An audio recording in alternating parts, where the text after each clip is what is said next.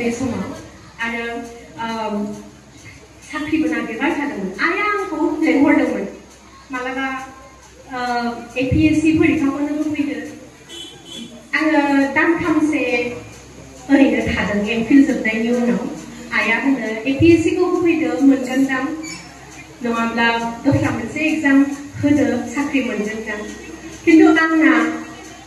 जायखौ इंराजियाव डिटारमिनेशन होनो थिरांथा मोनसे थांखि जुदि लायो थिरांथा जुदि लायो आरो बेखौ नोजोरनि सिगाङाव दोननानै बेसिमल' सहैनो थाखाय जुदि थांखि लाबाय थायो अब्ला मानसिया साक्सेसफुल जाया नङा जायो जाफुंसार जाया नङा जायो आं ओरैबो नायाखै APSC नाङा आंनो IAS मा खालामनो इउनिभारसिटियाव फोरोंदों कलेजाव फोरोंदों सानसेखालि रन्जित शेखर मुसाहारि सारा आंखौ सोंदोंमोन दिल्लीयाव लोगो मोननायाव नों मानो IAS होआखै होननानै आं होनदों होआ IAS मानो आं फोरोंगिरि जागोन होनदों सारा बे बाथ्राखौ गोसोआव लाखिदों आरो उनाव गुबुन मोनसे मिटिंआव दिल्ली इउनिभारसिटियाव बुंदोंमोन आं सासे आइजो लोगो मोनदों जायहा गुबुन जेबो सिमां गैया खालि फोरोंगिरि जानायनिल' सिमां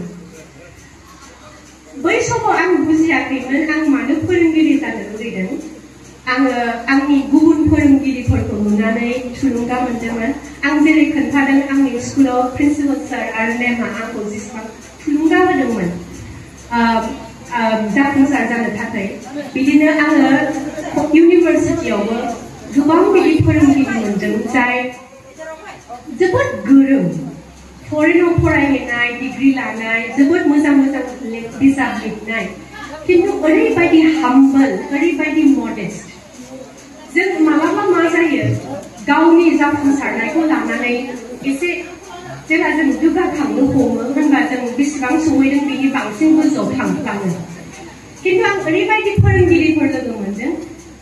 जों सासे सार दंमोन उदय कुमार होननाय बियो मेगनखौनो थिखाङामोन